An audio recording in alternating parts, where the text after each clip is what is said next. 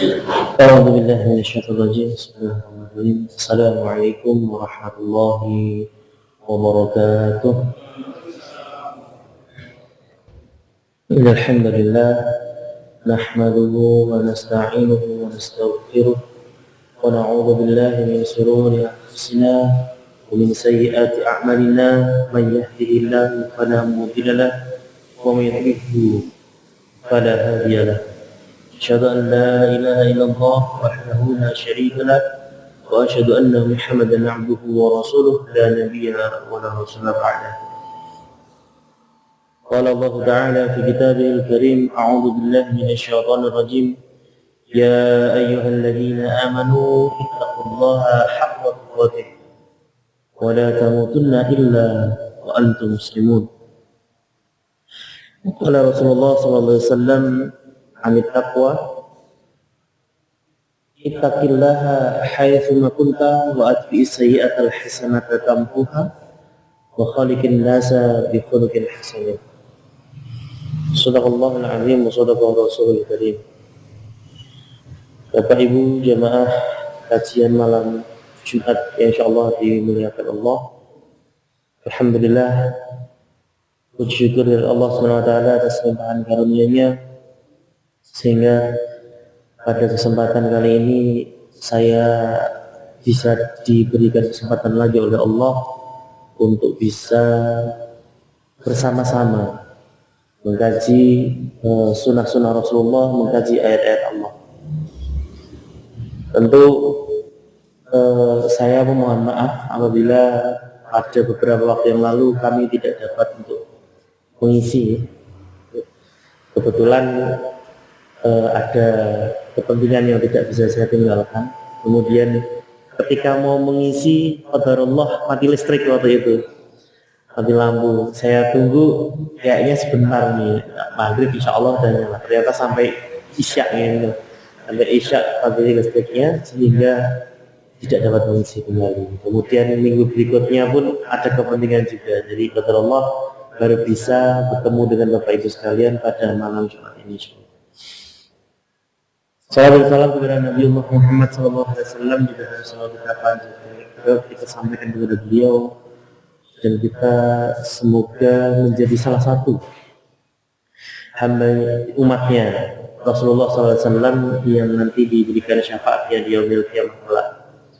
Tentu saja yang menjadi umat yang diberikan syafaat di yaumil qiyamah kelak itu adalah umat yang mau mengikuti nasihat-nasihat Rasulullah, mengikuti syariat-syariatnya Rasulullah, mengikuti seluruh ajarannya Rasulullah. Artinya yang betul-betul mau ikut perkataan Rasulullah. Secara gampang nih, secara logis saja, secara logika mawon, ya, kita akan memberikan pertolongan itu kepada orang yang gatek gitu, gampang itu ya. Secara logika kan seperti itu. Kalau ada orang dinasihati tidak manut, diberikan wejangan tidak manut, diberikan aturan tidak manut, maka yang memberikan pertolongan itu akan malas.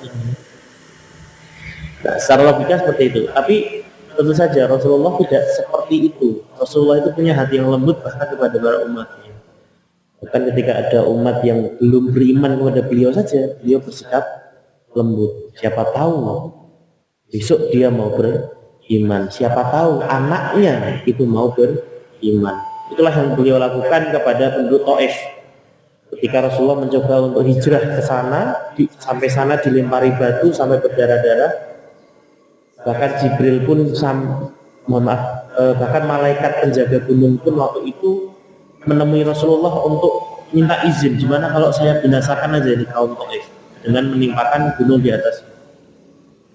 Tapi Rasulullah mengatakan jangan, siapa tahu nanti keturunan mereka akan beriman. Dan benar saja, setelah bertahun-tahun kemudian keturunan Taif yang tadinya melempari batu itu justru beriman kepada Rasulullah. Itulah kecintaan Rasulullah yang berbuah manis. Bapak Ibu dan mati Allah, alhamdulillah pada kesempatan kali ini saya akan menyampaikan satu materi kembali masih dalam kitab yang sama, yaitu adalah Hadis Arba'in Nawawi. Kali ini adalah nomor 15 tentang judulnya adalah tiga hal yang mulia, yaitu adalah berkata yang baik, memuliakan tamu dan tetangga. Hadisnya sangat pendek, relatif pendek menikah, cuman menanti mungkin penjelasannya ya tidak terlalu panjang juga. Saya bacakan hadis khamisul asyar, hadis ke-15 Arba'in Nawawi. An Abi Hurairah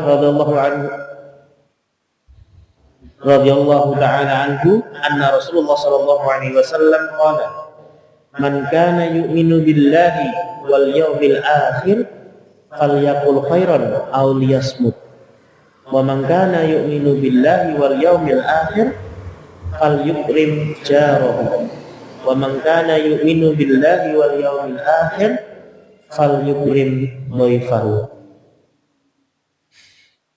Lo artikan satu-satu. An Abi Hurairah, dari Abu Hurairah radhiyallahu anhu, anna sesungguhnya Rasulullah sallallahu alaihi wasallam qala, pernah berkata, man kana yu'minu billah, barang siapa yang beriman, yu'minu billah, kepada Allah, wal yaumil akhir, dan beriman kepada hari akhir, falyaqul, maka berkatalah khairan, yang baik-baik, au liyasmut, atau diam.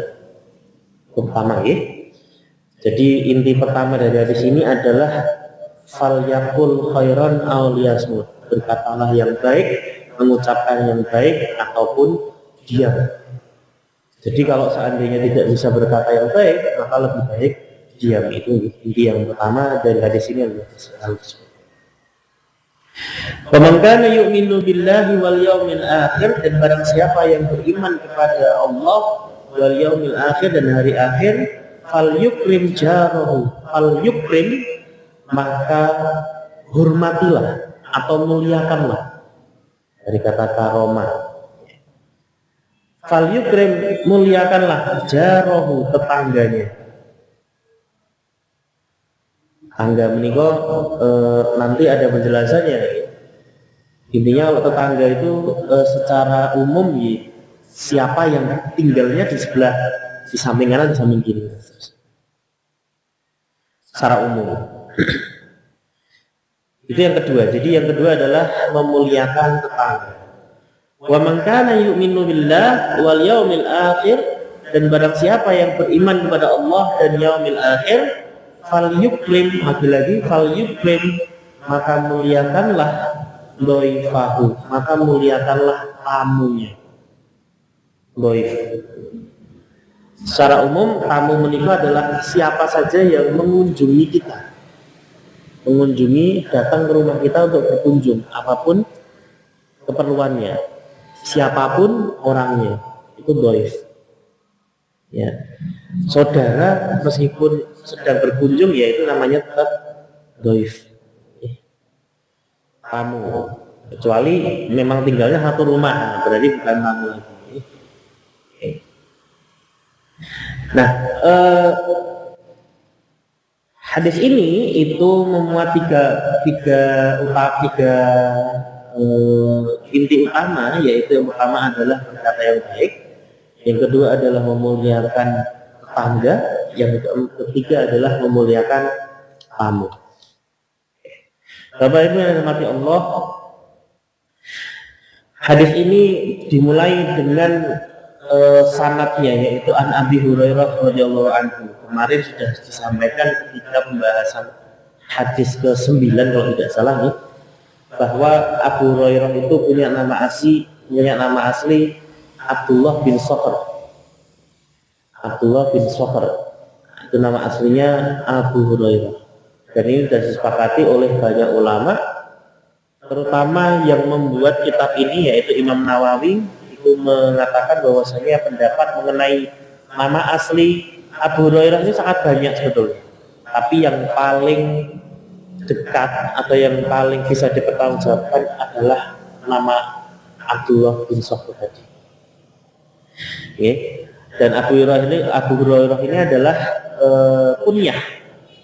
kunyah ini kok julukan. julukan dari seorang sahabat yang beliau itu sangat senang dengan kucing. Meskipun beliau ini adalah sahabat yang tidak lama bersama Rasulullah. Dalam beberapa riwayat dikatakan bahwa Abu Hurairah ini hanya sekitar 3 tahunan bertemu Rasulullah, itu 3 tahunan. Jadi umur Rasulullah saat itu sekitar 60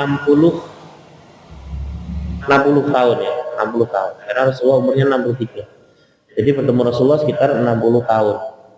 Ketika Rasulullah berumur 60 tahun. Meskipun hanya 3 tahun bertemu Rasulullah, tapi beliau adalah salah seorang sahabat yang punya hafalan hadis paling banyak di antara sahabat-sahabat yang lain. Itu luar biasa gigihnya para sahabat. Gigihnya para sahabat dalam menimba ilmu, dalam menghafalkan ilmu dan sebagainya. Mereka berlomba-lomba untuk menjadi yang terdepan dalam kebaikan. Bapak Ibu dan rahmati Allah, itu yang pertama, bahwasanya Abu Hurairah mengatakan bahwa Rasulullah SAW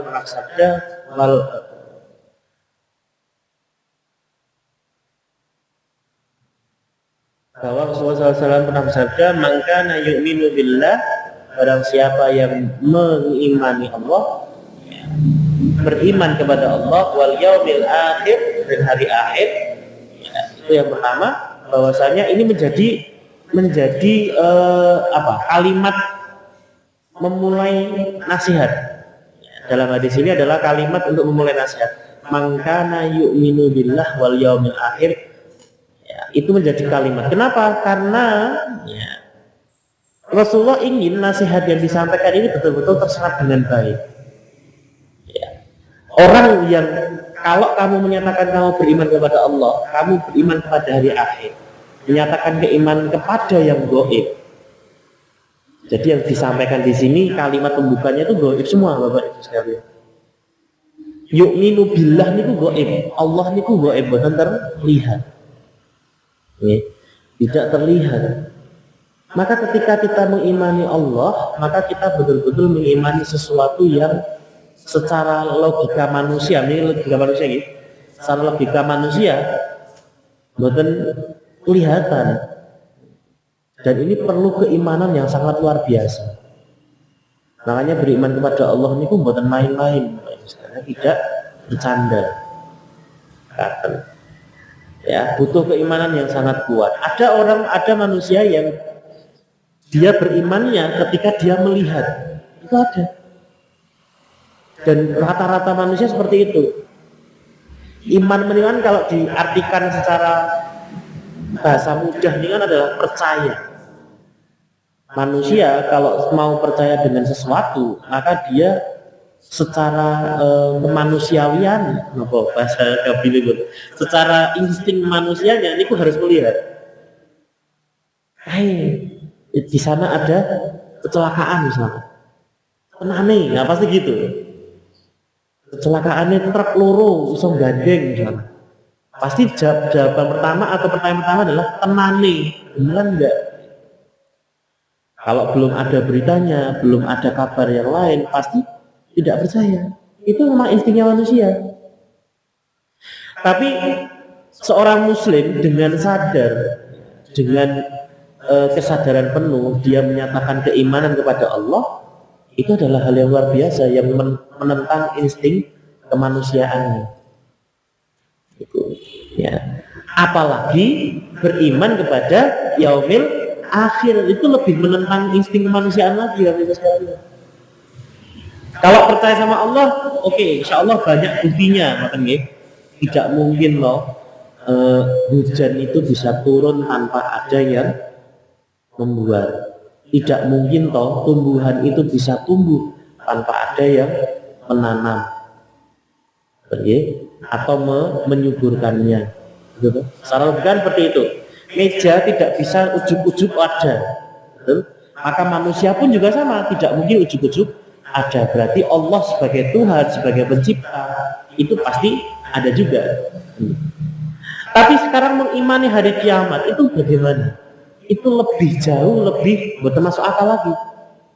Bagaimana mungkin seorang manusia itu mengimani hancurnya alam semesta? Nah, ini lebih luar biasa lagi. Maka kenapa kok kalimat pembuka dalam hadis ini adalah mangkana yu'minu billahi wal yaumil akhir? Karena Rasulullah memang betul ingin menekankan, nek kamu percaya dengan Allah, nek kamu percaya dengan hari akhir yang gaib tadi, yang harusnya tidak ada orang yang percaya, maka kamu harus bersikap seperti ini loh kepada nasihat-nasihat yang tadi disampaikan. Artinya ini tidak nasihat yang tidak main-main, karena dimulai atau dibuka dengan itu. Oke. Ya. Pada ibu rahmati Allah menikah. Jadi pembukanya adalah mangkana yu'minu billahi wal yaumil akhir. Kalau Allah tadi, Allah bisa dibuktikan. Kalau yaumil akhir ini belum bisa dibuktikan. Tidak ada buktinya. Karena kita belum pernah mengalami, belum pernah melihat, ya, belum pernah merasakan. Jangankan yaumil akhir, jangankan kehancuran alam semesta, jangankan akhirat. Ya, wong kita belum pernah melihat seseorang yang dibangkitkan dari kematiannya. Belum pernah melihat, tapi besok dia kiamat akan terjadi. Maka mengimani hari kiamat itu adalah iman yang sangat luar biasa sekali. Banyak orang, ada beberapa orang muslim yang dia mengimani Allah, mengimani Rasulullah, mengimani kitab-kitabnya, tapi dia tidak beriman kepada yaumil akhir. Itu ada. Padahal ketika seorang muslim mengimani yaumil akhir, maka dia secara otomatis juga mengimani al-hayah ba'dal maut, kehidupan setelah kematian, yaitu akhirat. Secara otomatis menikah. Karena apa? Karena yaumil kiamah itu adalah momen di mana semua yang bernyawa akan dimatikan oleh Allah, semua. Ya, berarti malaikat itu juga mati, semua jin mati, manusia mati, semuanya hancur. Hanya menyisakan Allah saja sebagai zat yang abadi. Menikah. Kemudian setelah kiamat terjadi, maka yang terjadi selanjutnya adalah di momen kebangkitan. Momen kebangkitan. Oke. Ketika kiamat terjadi, semua bumi ini, semua alam semesta akan dihancurkan oleh Allah. Banyak ayat-ayat yang menceritakan tentang hal tersebut. Oke. Idza zulzilatil ardu zilzalaha. Apabila hari di mana datangnya bergoncangnya bumi dengan goncangan yang dahsyat. Itu salah satunya. Ya. Kemudian ada ketika kiamat itu idza samaun fatarat, ketika langit itu pecah, bisa dibayangkan mboten niku Bapak Ibu sekalian. Langit pecah niku bisa dibayangkan mboten niku. Nah, artinya sangat luar biasa kejadian kiamat itu. Dan pasti tidak akan ada yang selamat, karena di langit ada bencana, di bumi ada bencana. Otomatis dimatikan semuanya. Setelah manusia mati, malaikat semuanya mati. Dan yang terakhir kali dimatikan oleh Allah adalah Israel sebagai malaikat yang mencabut nyawa. Ini beberapa pendapat mengatakan demikian. Setelah itu dibangkitkanlah semuanya, manusia dibangkitkan dengan keadaannya masing-masing. Ya, dibangkitkan dengan keadaan masing-masing. Ada yang dibangkitkannya dengan dengan keadaan seperti ini, ada yang seperti itu dan sebagainya. Kemudian digiring ke padang mahsyar, ada yang digiring itu dia berjalan dengan normal, ada yang berjalan dengan kepalanya, ada yang kepalanya berubah jadi kepala kuda dan sebagainya. Artinya dibangkitkannya dan dikumpulkannya manusia itu di yaumil kiamah adalah dalam keadaannya masing-masing sesuai amalan masing-masing. Nah, mengimani hal-hal seperti ini itu tidaklah mudah. Gitu. Ketika kita membaca ayat-ayat tentang kiamat, apakah kita akan kemudian langsung percaya? Bisa jadi tidak. Tapi disitulah seni dalam beriman itu adalah seperti itu. Itulah keimanan kita diuji ketika kita mempercayai hal-hal seperti itu adalah. Maka iman kepada hari akhir itu adalah salah satu dari rukun iman yang disebutkan dalam hadis pertama, hadis arba'in.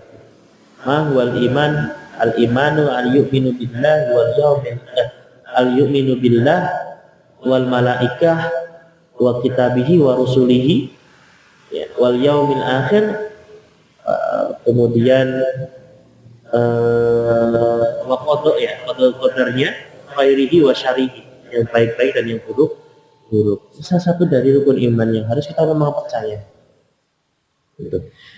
Nah, atas dasar inilah kemudian nasihat yang disampaikan dalam hadis ini, 3 nasihat, semuanya diawali dengan man kana yu'minu billahi wal yawmil akhir. Semuanya itu adalah nasihat yang harus betul-betul kita jaga.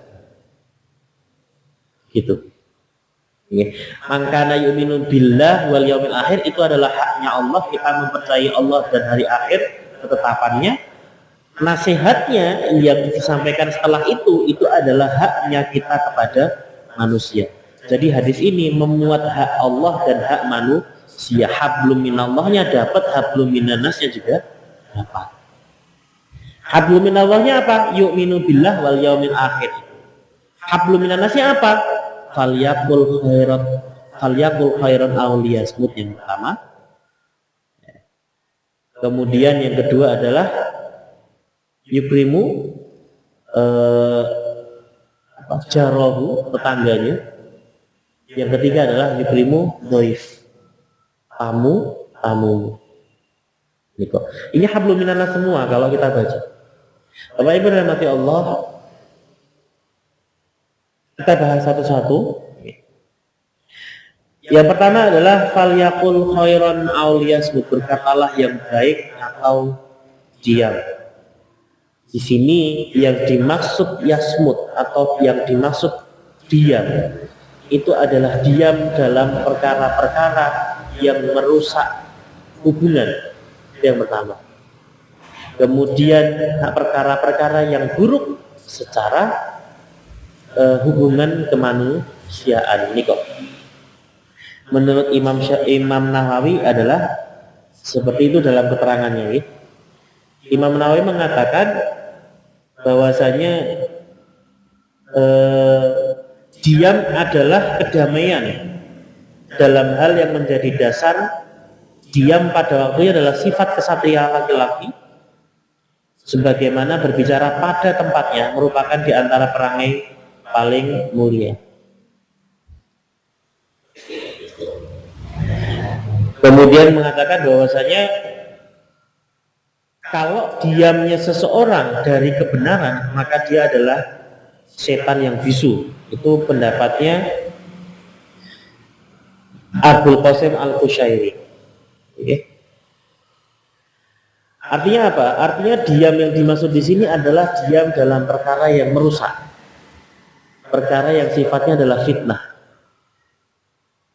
Ketika kita tidak bisa mengatakan yang baik, tidak bisa mengatakan kebenaran, maka kita lebih baik diam dalam perkara yang merusak tadi. Misalkan apa? Berkata kotor, atau memfitnah orang lain, atau dalam hal ini mungkin menggibah orang lain dan sebagainya. Itu termasuk dalam hal-hal yang kita perlu yasmut, perlu diam. Ya. Kemudian ketika kita diam tapi dalam hal perkara kebenaran, maka ini kita ibaratkan setan. Kenapa? Karena kita tidak mengatakan yang kebenaran-kebenaran yang seharusnya kita tahu. Ya. Maka dalam hadis lain Rasulullah pernah mengatakan bahwasanya man ra'a minkum munkaran fa yughayyir biyadihi, fa illam yastati fa bilisanihi, fa illam yastati fa biqalbihi. Barang siapa yang melihat suatu kemungkaran, maka berantaslah, atau bahasanya bukan berantas ya, bahasanya adalah pisahkanlah, cegahlah. Nah, bahasanya cegahlah paling gampang. Cegahlah kemungkaran tersebut biyadihi, dengan tangannya, dengan kekuasaannya, dengan kekuatannya. Fa'ilam ya sate fabilisani. Maka kalau nggak bisa dengan kekuatan, pakai lisan. Maka di sini disampaikan bahwasanya kekuatan lisan ini sangat luar biasa. Bahkan kekuatan lisan itu ada di bawahnya power yang sifatnya kekuasaan. Karena hanya dengan lisan manusia itu bisa terhasut. Hanya dengan lisan manusia bisa terluka hatinya. Hanya dengan lisan manusia bisa mendapatkan hidayah. Mungkin kita hanya sering beristighfar, sering mengingatkan, sering mengajak, tapi bisa jadi dengan ajakan-ajakan kebaikan justru orang mendapatkan hidayah di dalamnya. Bisa saja. Cuma ajakan seperti yuk kita sholat ke masjid, yuk sodakoh, itu kan adalah perkataan yang simple, yang mudah. Yuk sodakoh mumpung masih kaya misalkan. Yuk sholat mumpung masih kuat misalkan. Inilah perkataan-perkataan yang simple, tapi ini bisa jadi menjadi hidayah bagi orang lain. Bahkan ketika kita bersikap lemah lembut, berkata yang lembut kepada orang lain, oh, iki orang ini, si fulan ini kok bicaranya baik, bicaranya halus. Bisa jadi itu juga menjadi hidayah bagi orang tersebut untuk kembali kepada jalan Allah. Maka berkata boleh cerigis, boleh cerewet dalam perkara-perkara yang sifatnya adalah kebaikan. Tapi lebih baik menjaga lisan ketika itu dalam perkara-perkara yang bersifat fitnah atau kerusakan. Contohnya adalah kalau sekarang hoax misalkan, ada hoax, ada berita palsu seperti ini, seperti ini. Kita belum pernah terus cek, kita belum pernah apa, lebih baik diam saja, di-keep saja, disimpan saja, sampai kita betul-betul yakin terhadap berita ini, kemudian baru kita suka. Ya. Tapi kalau belum yakin, itu ya kita diam aja, mending lebih baik diam, karena kita tidak tahu kebenarannya. Ini salah satu dari perkara yang diam. Arti diam. Kemudian falyakul khairan, ya, berkata yang baik. Kebaikan di sini adalah ya yang tentu saja adalah yang mengantarkan kepada kebenaran Allah. Yang paling pertama. Khairan itu juga bisa adalah perkataan-perkataan yang jauh dari kemaksiatan. Misalkan apa? Misalkan adalah berkata yang jujur. Kemudian berzikir kepada Allah. Kemudian beramar ma'ruf nahi munkar, menyampaikan ilmu dan sebagainya. Itu termasuk dari perkataan khairan. Jadi khairan ini memang Rasulullah menggunakan kata yang sangat umum. Khairan itu umum sekali.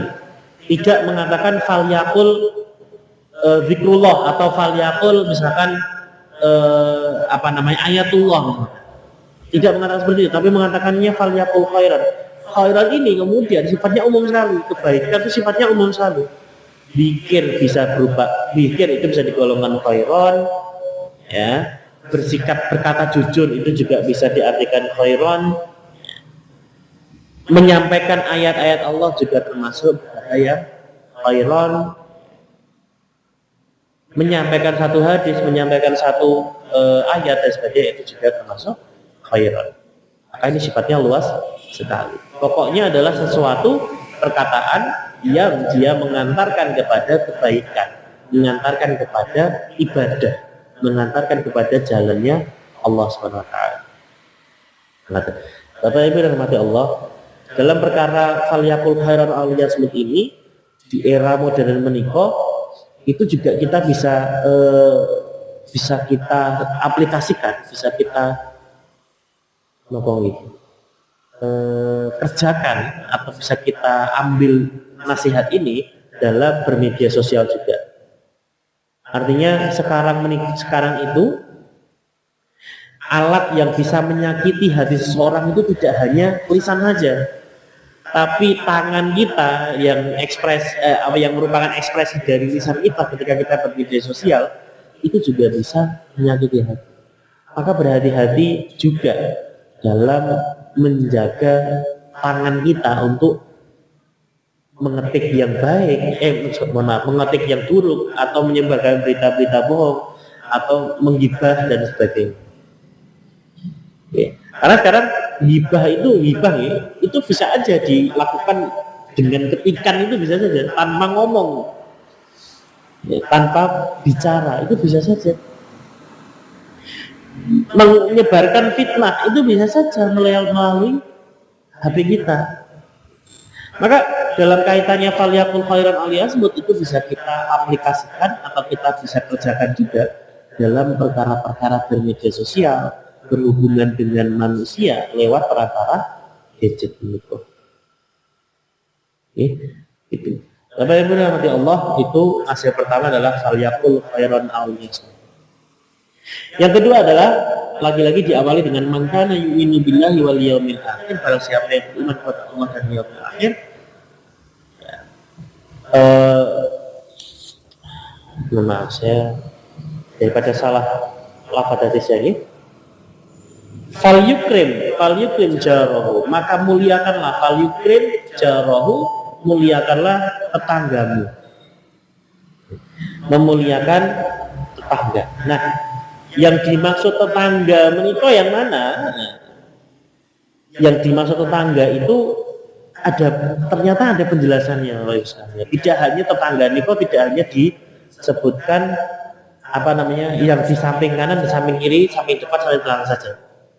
Tapi ulama-ulama mengatakan ini sesuai dengan yang dikatakan ulama. Menurut ulama Syafi'iyah, jadi bukan Imam Syafi'i, tapi ulama yang mazhabnya adalah Syafi'i dan Hambali, mengatakan bahwasannya yang menjadi tetangga atau yang disebut tetangga jarohu itu adalah 40 rumah di seluruh penjuru. Jadi 40 rumah ke kanan, 40 rumah ke kiri, 40 rumah ke belakang, 40 rumah ke depan. Itu merupakan menurut ulama Syafi'i dan Hambali. Oke. Tapi ini mereka berdasarkan hadis yang dihukumi dhaif, kan ya apa, misalkan mau dianggap tetangga ya betul nomor tidak salah juga. Kemudian ulama Malikiyah berpendapat bahwa yang disebut tetangga itu jika berdempetan dan dapat dilihat dari berbagai penjuru atau penjuru rumah tersebut. Ya. Dan boleh juga tetangga yang dipisahkan oleh jalan yang sempit, bukan jalan yang besar atau sungai yang lebar. Jadi ini pendapatnya Malikiyah, tetangga niku pokoknya yang ketika kita keluar rumah niku ketok, gambaran gitu, yang kelihatan dari segala penjuru. Nek kita lihat kiri ketoknya sampai sana, yang kanan juga sampai sana, yang depan juga saketoke, misalkan kelihatannya cuma 5 rumah atau 10 rumah, yaitu yang maksud tetangga. Yang belakang pun juga demikian, ketika kita lihat ke belakang tetangga kita ada berapa, nah itu termasuk tetangga. Ini ulama Malikiyah. Dan itu boleh kalau kelewatan dengan jalan kecil atau sungai kecil, misalkan kalen atau mungkin sungai yang istilahnya yang agak satu got misalkan irigasi, ya itu masih bisa. Tapi kalau sungainya besar kayak Progo, itu berarti sudah bukan termasuk tetangga. Misalkan rumahnya sini, seberangnya lagi Progo, kali Progo, kemudian tetangga. Itu menurut ulama Malikiyah sudah tidak termasuk tetangga karena dia lebih dekat.